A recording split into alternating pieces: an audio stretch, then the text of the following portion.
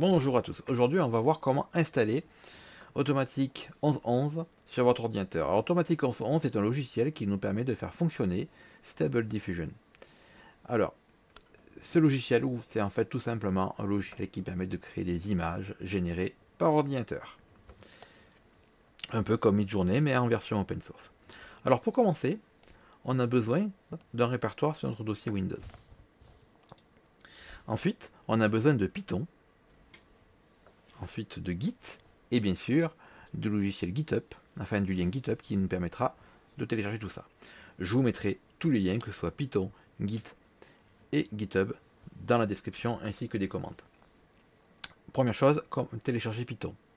Ensuite, voilà, on ouvre le dossier Python, enfin on ouvre le lien. Sur le lien, vous allez voir en bas, il y a marqué télécharger version 64 bits. Vous êtes sûrement sur Windows 10 ou Windows 11, donc c'est 64 bits. Si vous avez un ordinateur un peu vieux, Stable Diffusion ne marchera pas. Ce qu'il faut savoir, c'est que vous avez besoin absolument d'une carte graphique et d'un ordinateur assez récent. Voilà. Donc, une fois que Python, vous allez cliquer sur Windows installé, vous téléchargez le logiciel, vous l'installez, vous passez à la phase suivante. Phase suivante, on va installer Git. Git, même principe. Vous récupérez la version 64 bits, vous l'installez, et voilà. Une fois que c'est fait, vous allez chercher le répertoire dont vous avez besoin. Voilà, moi j'ai créé un répertoire Stable Diffusion, voilà. Un répertoire vide si possible. Vous allez en haut. Ici, claquez, vous tapez CMD, puis Entrée. Ça vous ouvre la ligne de commande. Juste dessous, on va taper la commande Git qui va permettre de cloner le répertoire. Voilà. Et vous téléchargez. Voilà, votre répertoire va être cloné. Une fois que c'est fait, vous allez dans le répertoire et vous allez chercher webui.bat. Vous faites un double clic dessus et ça va installer Stable Diffusion. À savoir que ça va être très long. Donc prenez votre mal en patience, mais ça va se faire. Voilà, une fois que c'est fait, il m'a fallu au moins 5 minutes. Il vous apparaît un petit lien. Vous allez dessus et vous le cliquez. Si vous ne pouvez pas, vous le copiez-collez. Ça va vous démarrer, donc Automatic 1111. Voilà, ça y est, votre logiciel est démarré. Alors, comment ça fonctionne? En premier lieu, là on a texte to image. Ensuite, image to image, les extras, les infos PNG. Tout ça, je vous montrerai. L'entraînement, le setting et les extensions. Tout ça, on va l'utiliser au fur et à mesure des tutos. En premier, on va commencer image par image. Donc on va commencer par le texte to image qui se trouve ici. C'est ici qu'on va taper nos prompts. Mais d'abord, donc les prompts, c'est l'information qu'on va donner pour pouvoir fabriquer une image. C'est le texte qu'on va donner. Le problème, c'est que ce texte, il faut le taper en anglais. Et pas tout le monde est doué en anglais, et moi je suis complètement nul. Donc pour ça, il existe une petite astuce. Vous allez sur Extension, vous allez cliquer sur Available, lire tout, et donc un peu plus bas, vous allez chercher, par contre c'est que là il me l'a caché parce que j'ai déjà installé, voilà ici. Vous allez chercher l'extension ici, vous voyez, Prompt Translator. En fait, ça va nous permettre de traduire. Vous venez sur le côté et vous cliquez sur Installer. Bon, moi, il est déjà installé, donc il n'y a pas de problème. Vous faites ça. Une fois que c'est fait, vous venez là, vous faites Appliquer et redémarrer. Vous voyez, ça va redémarrer tout votre système, redéfinir l'adresse. Et voilà. Juste en dessous, maintenant, on a une nouvelle case qui s'est ajoutée. On clique dessus. On active le système. Donc ça met un peu de temps parce qu'il faut que ça charge les données sur Internet, je suppose. Bref, on fait système. Et pendant ce temps, je vous montre un peu comment ça fonctionne. Juste là-haut, on a les modèles. Les modèles, en fait, ce sont les bibliothèques d'images qui nous permettent de stocker des images ou de générer des images. C'est fait à base de bibliothèques. On peut en télécharger beaucoup. Donc ici, on en a que 2. Voilà. Je vous montrerai comment les télécharger, vous inquiétez pas, juste après. Et voilà.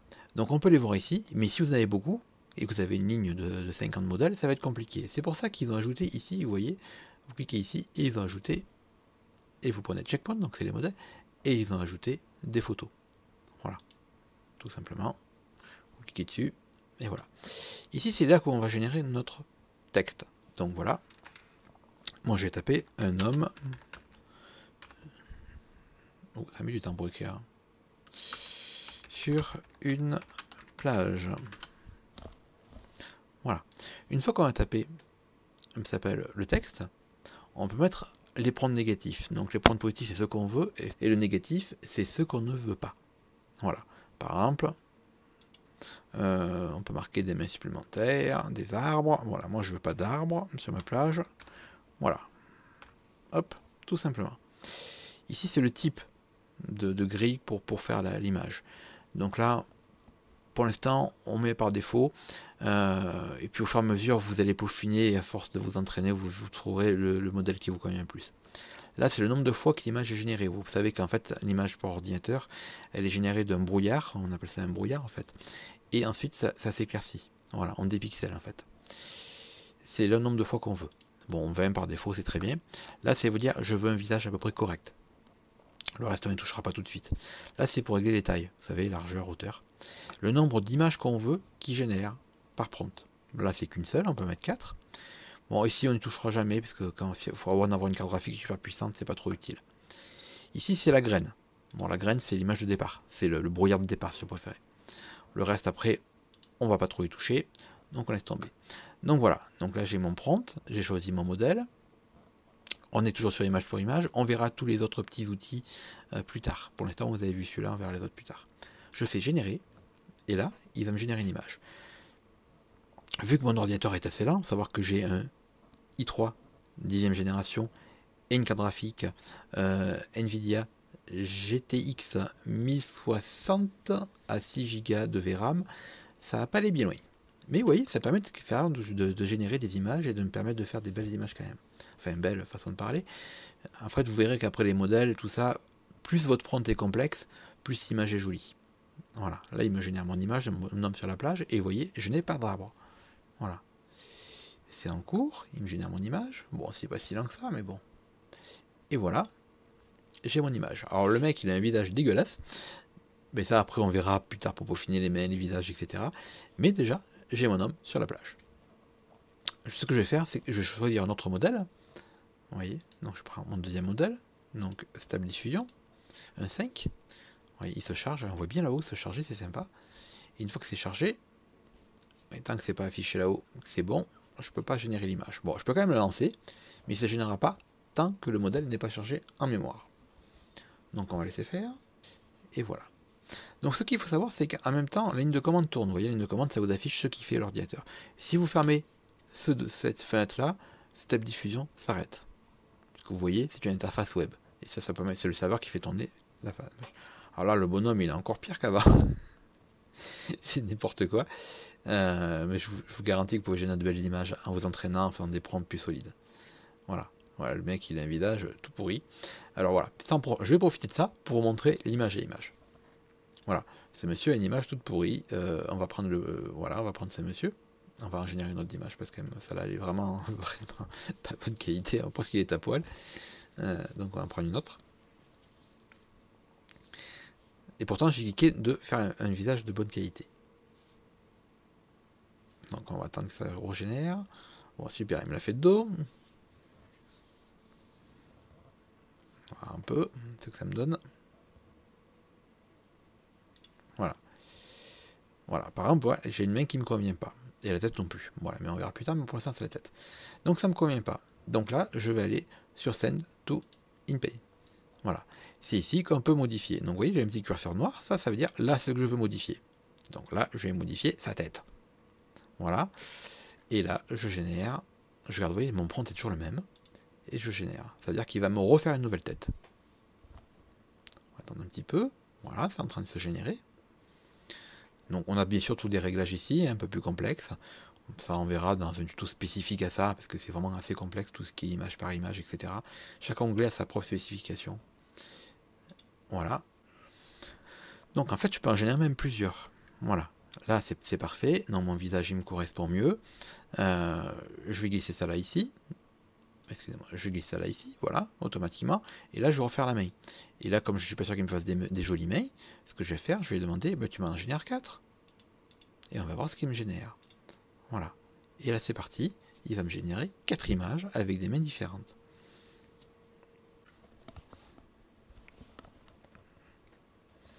Voilà, il me génère mes 4 images. On va pouvoir les comparer directement avec l'interface. Voilà. Donc on a des mains, on a une main là, bizarre, on va les faire une par une. Bon, la main là, c'est comme ça va changer. Là, bah, on dirait qu'elle est la main devant. Là, c'est pourri. Et là, c'est pourri. Vous voyez? Donc en fait, au fur et à mesure, vous pouvez modifier. Vous faites avec ce filtre-là, dire modifier cette partie-là. Pareil, on verra ça dans un tuto spécifique. Alors, vos images se trouvent où? En fait, dans votre dossier Stable Diffusion, qu'on a installé tout à l'heure, où je vous ai dit cliquer sur donc WebUI.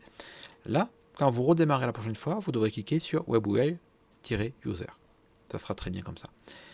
Là, juste au-dessus, donc vous avez Output, donc sortie. Là-dedans, vous avez les images. Donc l'image to image. Et donc là, ce qui nous intéresse, c'est les images qui ont été générées par ordinateur. Les images, ils sont là. Si vous avez des images, vous voyez, texte to image est ici. Image to image, voilà, c'est ici. Et ici, vous avez les images qu'on a générées, voilà, qu'on a modifiées par l'ordinateur.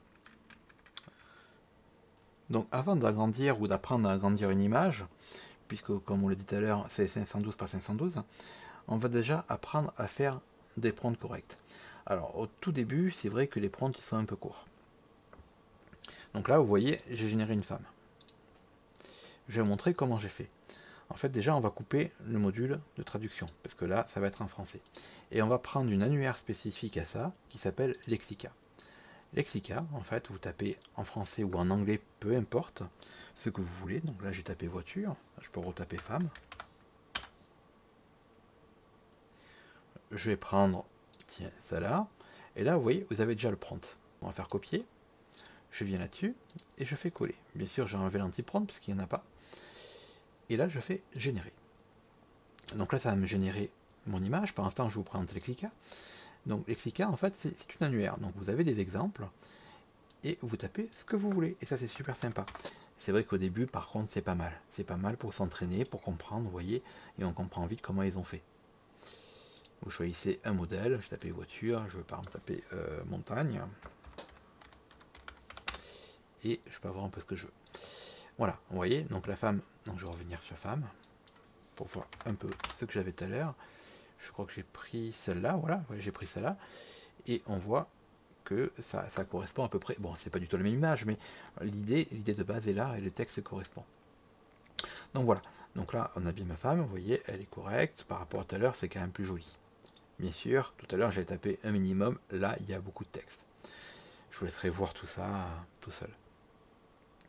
Donc maintenant, je vais agrandir cette image. Comment je fais? Alors c'est assez simple. On sait qu'elle fait 512 par 512, on va l'agrandir. Donc pour ça, on va les multiplier.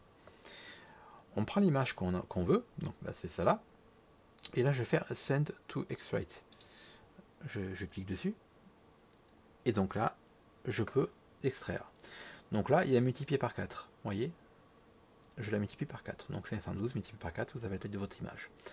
Là, je peux choisir le modèle que j'utilisais pour l'agrandir. C'est un logiciel qui permet de traiter l'image pour l'agrandir, pour réduire, pour éviter les pixels, pour adoucir les courbes. Donc comme ça, c'est un dessin, on va prendre un modèle de type dessin. Celui-là, il est très très bien. Vous en avez un autre aussi qui est très bien, enfin ça c'est mon expérience, c'est celui-là. Mais bon, celui-là, dans ce cadre-là, il marche très bien, il est très rapide. Donc là, tout simplement, je fais ça, ça me convient. Voilà, j'ai sélectionné, et je fais générer. Et là, ça, vous voyez, ça me génère l'image. Une fois qu'elle est générée, elle apparaîtra sur l'écran. J'ai mon image qui a été générée et normalement elle dépasse, vous voyez, si je zoome bien dessus, je vois bien les courbes du casque, je vois bien les défauts de l'œil, je vois bien les lèvres, ça s'appelle les cheveux. Maintenant si je reprends l'image originale, qui est sur image to texte, que je prends ça là et que je l'agrandis, je peux pas agrandir plus d'ailleurs, vous voyez, c'est difficile, parce que justement elle est 512. Voilà, la vidéo se termine. Aujourd'hui, on a vu comment installer Stable Diffusion avec le logiciel automatique 1111, comment générer des prompts en français grâce au plugin ou l'extension, comment utiliser Lexica et s'en servir. D'ailleurs, même si vous n'êtes pas débutant, utilisez-le, c'est un super outil. Et voilà, maintenant, il n'y a plus qu'à vous en servir et vous amuser. Allez, à la prochaine vidéo.